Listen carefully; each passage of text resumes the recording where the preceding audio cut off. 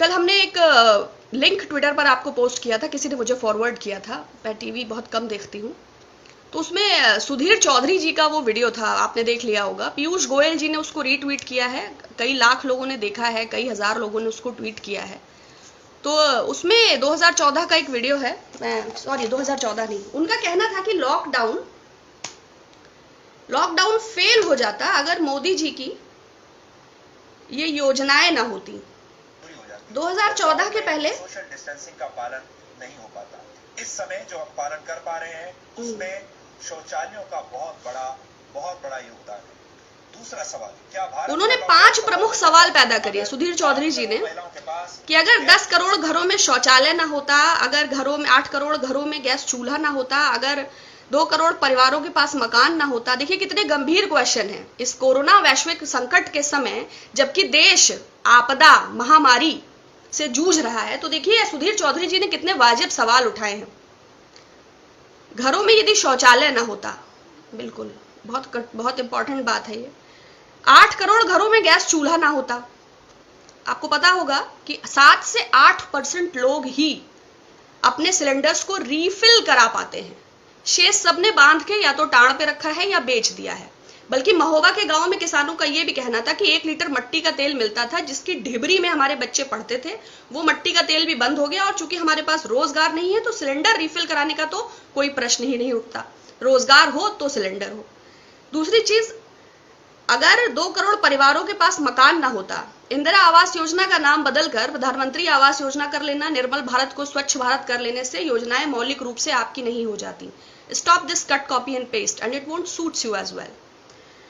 अगर 18,000 गांवों में बिजली ना होती, यह भी बड़ा कठिन प्रश्न है। 6,28,221 गांव हैं भारत में, उसमें से 18,000 गांवों में मोदी जी ने बिजली पहुंचाई और सुधीर चौधरी जी आप तक पहुंचा रहे हैं। एक्चुअली मुझे लगता है 2014 के पहले सुधीर चौधरी जी के घर में शौचालय भी नहीं था। बड़ी मुश्किल से जंगल से लकड़ी काट के लाते थे, फिर माँ चूल्हे पर रोटी पकाती थी। फिर ये पैदल, सड़कें भी नहीं थी, तो पैदल 2.5 कोस चल के, नदी पार करके, नाव से, फिर बैलगाड़ी पे बैठ के पत्रकारिता के संस्थान में जाते थे। फिर वहां पे बंक किया या क्या किया कि पत्रकारिता का कोर्स तो पूरा हो गया, किंतु मानवता और नैतिकता वहीं पर छूट गई। तो जो डेटा दिया है इन्होंने, बैंक का भी दिया है। जनधन खाते कुल कितने खुले हैं? अगर आप जाएंगे तो जनधन की वेबसाइट पर ही ये मेंशन है कि 22% खातों में तो फूटी कौड़ी भी नहीं है, बाकी खातों की भी क्या स्थिति है वो उसमें दिया हुआ है। रिफिल का मैंने आपको बता ही दिया। बिजली का 18,000 गांव भी मैंने आपको बता दिए। 1947 में जब भारत आजाद हुआ तो 1500 गांव विद्युतीकृत थे। अगर चौधरी जी का बस चले तो थॉमस एल्वा एडिसन और माइकल फैराडे विद्युत के आविष्कार से भी मोदी जी को जोड़ दें कि नील आर्मस्ट्रांग ने पहला पांव नहीं रखा था, वो तो मोदी जी पहले चंद्रमा पे चढ़े थे। अगर चौधरी जी का बस चले तो वास्को डिगामा ने समुद्री मार्ग की खोज नहीं की थी, वो भी मोदी जी ने ही की थी। तो 2014 के पहले कोई बुनियादी सुविधाएं नहीं थी। तो 23 करोड़ लोगों के, हाँ, बैंक खाते भी मैंने आपको बता दिया। बैंकें कैसे बनी थी वैसे चौधरी जी? बैंकें नहीं होती तो क्या शौचालय में पैसा जमा करवाते? एक आरटीआई के मुताबिक 2014 से अब तक 26 सरकारी बैंकों की 90 शाखाएं बंद हो गई हैं। और बैंकिंग व्यवस्था पे ज्यादा बात करेंगे तो समय बीतता चला जाएगा, क्योंकि सबसे ज्यादा दुर्गति अगर कोई है तो बैंक कर्मियों की। देश सेवा के नाम पे नोटबंदी के समय उनके जो हालात हुए, और आज 17,500 रुपए में वो देश के, दुनिया के देश भर के हिस्सों में किस तरह अपनी नौकरी कर रहे हैं, ये तो बस बैंक कर्मी ही जानते हैं। तो बैंकों की तो बात मत करिए।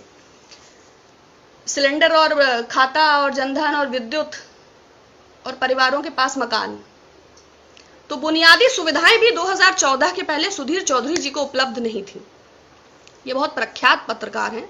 अगर आप विकिपीडिया पे जाते हैं तो आप पाएंगे कि जो है इनका राशि जो है वो मिथुन राशि है। नक्षत्र और नक्षत्र के पद और गोत्र इन्होंने मेंशन नहीं किया है, और चूंकि अब विकिपीडिया अकाउंट एडिट हो सकता है अपने हाथों से, तो कुछ उसमें महत्वपूर्ण बातें मिस हो गई। इनका एक गौरवशाली अतीत है। 2012 में जिंदल स्टील्स प्राइवेट लिमिटेड से 100 करोड़ रुपए extortion money, 100 crore extortion money, extortion समझते हैं? रंगदारी, यू अंडरस्टैंड? अवैध वसूली। तो 100 crore extortion money Jindal steels से जब मांगा गया तो स्टिंग ऑपरेशन के दौरान इन पर केस फाइल हुआ, और ये 14 दिन के रिमांड पे तिहाड़ जेल चले गए। अब ऑब्वियस सी बात है कि पत्रकारिता, वो भी बिना नैतिकता, बिना मानवता, और फिर तिहाड़ का 14 दिन का एक्सपीरियंस, तो इन्होंने बहुत तरक्की किया।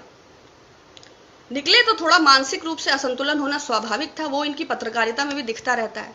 बगदादी और गद्दाफी और पत्थरबाजी और खलीफा, उससे बाहर निकल नहीं पाते हैं, लेकिन खैर इट हैपेंस। तो 2012 का जो भी एग्जॉर्शन का केस था, बट अभी जो इनके टाइमलाइन पे जो ट्वीट पिन है, उसमें भारत के प्रधानमंत्री और अमेरिका के राष्ट्राध्यक्ष के साथ उनकी सेल्फी सुशोभित हो रही है। तो आप सोचिए, देश की दुनिया की दो ताकतवर हस्तियों के बीच में बैठ के सेल्फी ले रहे हैं, तो कितने ताकतवर पत्रकार हैं। अब इतनी ताकत रहेगी तो मानवता और मूल्य और नैतिकता और पत्रकारिता और चाटुकारिता, इसमें भेद भी समझ नहीं आएगा। तो इनके 2014 की बुनियादी हम लोग जो बातें कर रहे थे, 2005 से 2014 के बीच, देखिए अगर हम 1947 से जोड़ेंगे ना, तो हम हर अगले दिन सबल हुए हैं। ये बात अलग है कि शायद विज्ञापन उतना नहीं हुआ है, लोगों तक चीजों को पहुंचाने के लिए बहुत प्रयास किया गया है। आज 80 करोड़ भारतवासी खाद्य सुरक्षा कानून के अंतर्गत राशन वितरण प्रणाली में ही अपनी भूख मिटा रहे हैं। लेकिन सुधीर चौधरी जी, 2014 के पहले ना शौचालय था, ना सिलेंडर था, ना उनके घर में बिजली था, ना उनके घर में सड़क था। तो वो किस प्रकार, मैंने बताया ना, वो जंगल से लकड़ी काट के लाते थे, फिर माँ भोजन बनाती थी, फिर वो पैदल 6 कोस जाते थे, फिर नाव पे बैठते थे, फिर पत्रकारिता के संस्थान जाते थे, फिर बैलगाड़ी से लौट के आते थे। तो जो है, अब उनको बुनियादी संस्थाओं का ज्ञान ही नहीं है। लेकिन खैर, उनके अनुसार मोदी जी 6 बरस से लॉकडाउन और कोरोना की तैयारी कर रहे थे, और सोशल डिस्टेंसिंग और आइसोलेशन इसलिए बहुत बेहतर फॉलो हो पा रहा है।